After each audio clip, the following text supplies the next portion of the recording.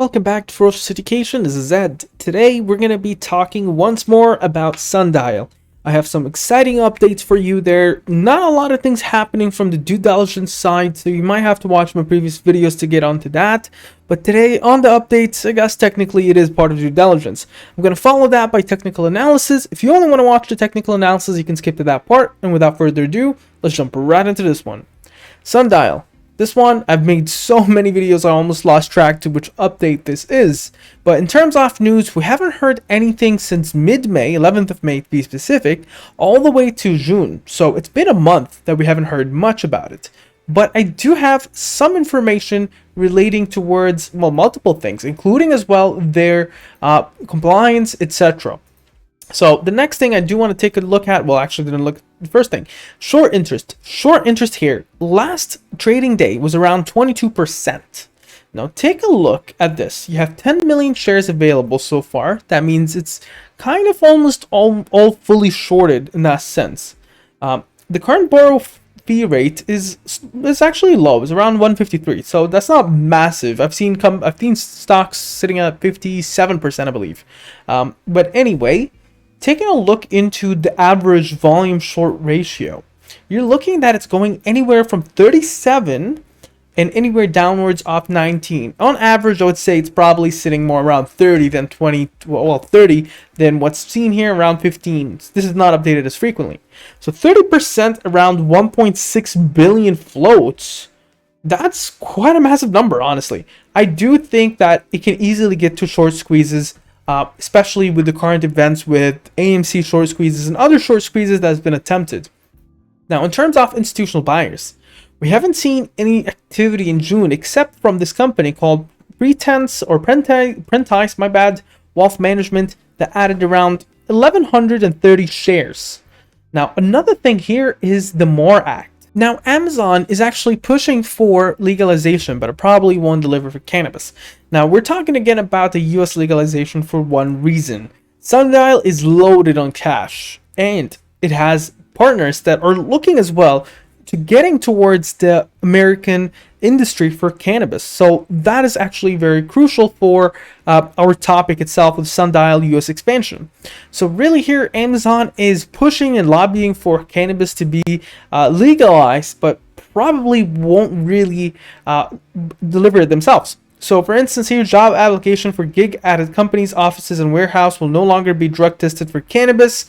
What's more, Amazon also officially supports the federal marijuana legalization and will join social justice organizations and drug freedom advocates in lobbying Congress to pass the most progressive legalization proposal in Washington. Honestly, from what I believe, Amazon, if they put their mind into anything in terms of law, they can push it. They can have a purge day if they wanted to by convincing the Senate and, just giving them a bit of money. Anyway, so... Anyway, federal appeals court hears a marijuana rescheduling arguments in case against DEA. That is actually an interesting one here, and really is to formally reconsider marijuana restrictive federal classification relating towards Drug Enforcement Administration based on groups of scientists and military veterans. Anyway, basically, it is part of an interesting court case that might actually be interest for you if you're interested into taking a look into cannabis legalization in the US. Nonetheless, the MORE Act, it is actually going to be reintroduced in the House. Just before the start of Memorial Day weekend, the US House Judiciary Chair, Jerry Nadler, reintroduced the MORE Act, formerly known as the Marijuana Opportunity Reinvestments and Expungement Act. I've covered that one multiple times before for this specific act, which would federally legalize cannabis by removing it from the Federal Controlled Substance Act. This would allow people with cannabis convictions to have their record expunged and would create a federal tax on marijuana with the revenue allocated to community reinvestments programs. This is not the first time the MORE Act has been made its way through Congress. During the previous Congress, the House passed a similar version of the bill by vote of 228 to 164, but it failed to advance in a Republican-controlled Senate. If approved by both the chambers if approved by both the Senate and the House chambers, and signed by the President Biden, which is a possibility but by no means a certainty, the MORE Act would provide enormous economic opportunities for plant-touching businesses across the country. Further, the federal legalization would disrupt the current patchwork of state legal marijuana markets. To date, 18 states and Washington, D.C. have legalized adult U.S. cannabis, although there is states that have not yet officially launched their programs. The opportunity to interstate trade and formation of regional and national cannabis markets would spark market growth and most likely corporate consolidation. Now, that is a big part with Sundial having a lot of money, and they can actually go ahead and buy a bunch of smaller companies. They've done it before in Canada. There's another company just recently, in my last couple of videos, I did talk about it and how it benefits it. I think it was called Spirit or something. You have to watch my previous video to get that. But nonetheless, they have a lot of capital to do that. Now, in a sense, I did also talk about President Biden's view on cannabis. And I did talk about as well with his son, Hunter Biden. He might actually see that cannabis might be kind of quote-unquote gateway drug, even though that has actually been debunked before. Marijuana is not a gateway drug. But, you know, he might have his reserves. But I think if it comes in towards President Biden not having to sign it after it's been passed, I don't think a president, well, at least Biden, would do such thing. I would think under the pressure and kind of just the kind of atmosphere itself relating to Progressive Democratic Party, I really doubt he will reject signing that bill. So before moving on forward, if you would like to see more contents like this, make sure to hit that like button down below, subscribe on the bottom right corner, there's a subscribe button, make sure to click that, and the bell notification button. It helps my channel a lot. If you're on mobile, it should be below. Now also, make sure to click show more and join our Discord if you'd like so. Totally free, no obligations, no subscription-based things that were going on. Just a bunch of friendly faces. Now let's move on towards technical analysis. Now from a technical analysis point of view, first we're looking into a one-day perspective. We're seeing that the MACD is actually declining and it's testing a negative reversal in the next couple of days, probably somewhere around Tuesday. So keep an eye on that. Although the ADX is showing an actual start of a trend sitting at 27, be it a weaker trend, but it's still a trend to be recognized.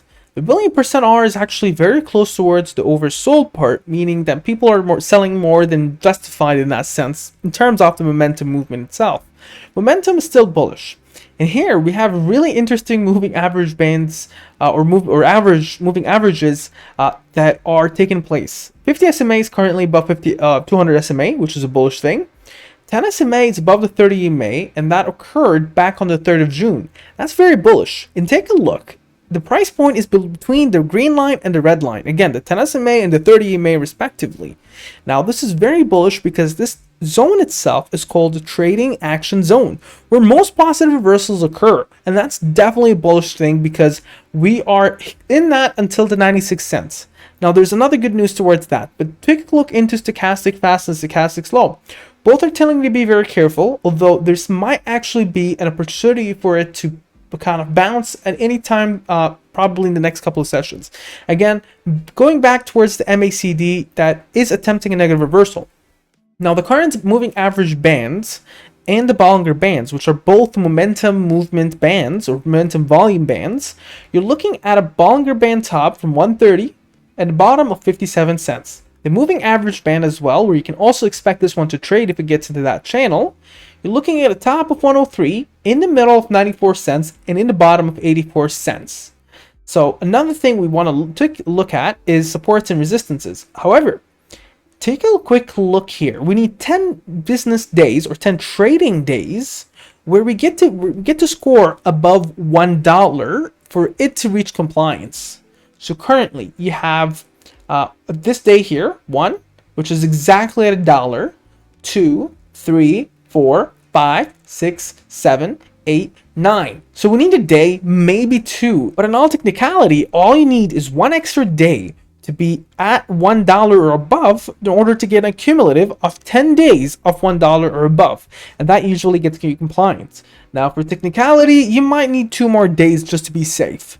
But overall, that really saves them from a reverse split for at least a few months over. Because remember, we did talk about a reverse split potential because they did receive that letter from the SEC.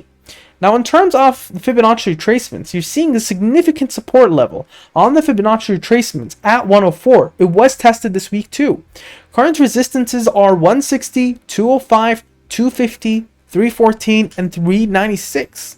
Now, from a price line action, you're seeing a significant support level at the 95 cents. Below there, 84 cents. Below there, you're looking into 69 cents, 50 cents, and then down to 42 cents, going to 28 cents.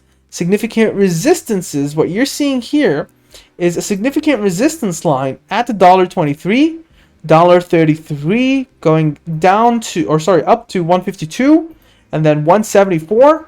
You're looking up to 196, and then a very strong one at 221. From there on, you can easily go to $4 or $5. The next one is 296 and then 396. Comes to the question to Ed. What do you think about this one? I think that the matter of US expansion is not a matter of if, it's a matter of when.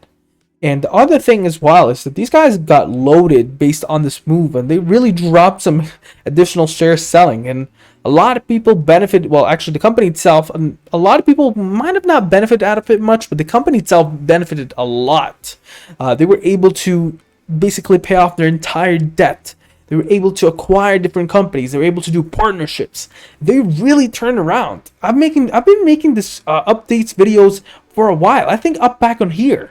And I even had a position back then. Currently, I'm unbiased because I do love the stock and I do want to keep on giving a bit more of unbiased recognition about what they do. And I came about before bearish and bullish. It really depends on the price action movement in their plans. Currently, they're almost a whole different company from where they were in that last year. And it's definitely looking very bullish for the near future. What do you think about the sticker? Make sure to mention down in the comments below. Share, subscribe, and like, and have a wonderful day. And again, by the way, my price target is easily $5 within the next 4 years. Now, have a good day.